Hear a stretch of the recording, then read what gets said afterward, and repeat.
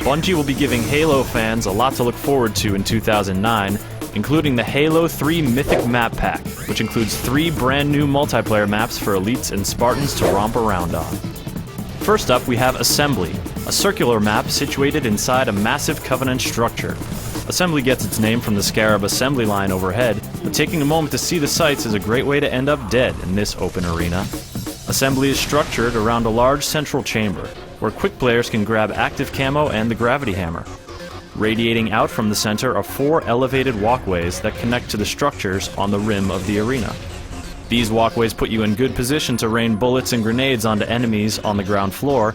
However, your elevated position will leave you exposed and vulnerable to rifle fire and ambushes from below. Players can quickly jump between these 2 levels, making for frantic, vertically dynamic firefights.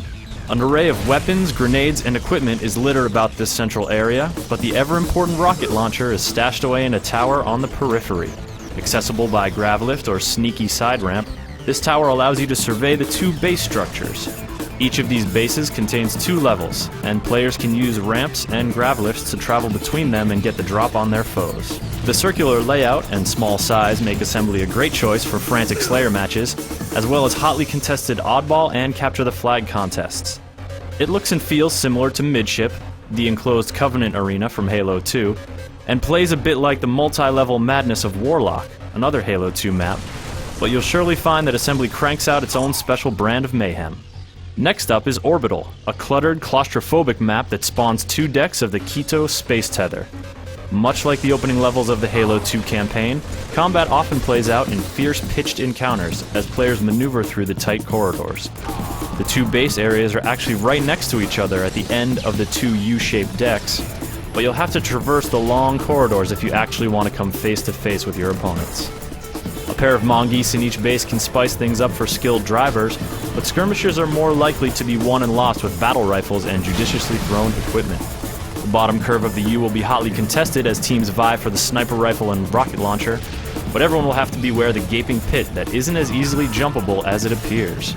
The small asymmetrical layout makes Orbital ideally suited for tactical Team Slayer battles and one-flag CTF, and the cluttered hallways and closable base doors ensure that victory won't be easily won.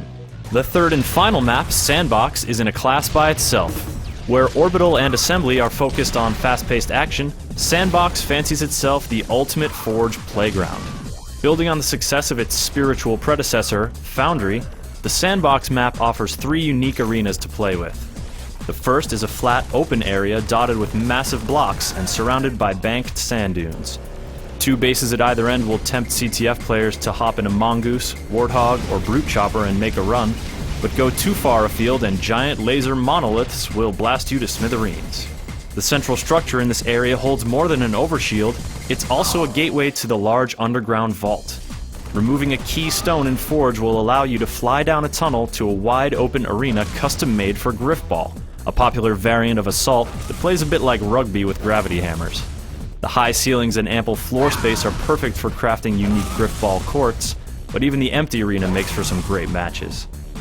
The last area of Sandbox is a vast open field that sits in the sky above the dunes and vehicles of the ground level. Accessed via teleporter and Forge, the skybox is a blank slate just waiting for Forge enthusiasts. Falling from a structure here will kill you, and this hazard adds a whole new dimension to mapmaking. The 3 areas of Sandbox each offer unique creation opportunities, and new Forge items like a golf set, complete with club, ball, and hole, are just the icing on the cake. There's incredible potential for new game and map variants, and Bungie is planning on promoting the best ones so that everyone can enjoy the fruits of Halo 3's vibrant community. The Mythic map pack will be available to folks who purchase a limited edition copy of Halo Wars, out March 3rd in the US.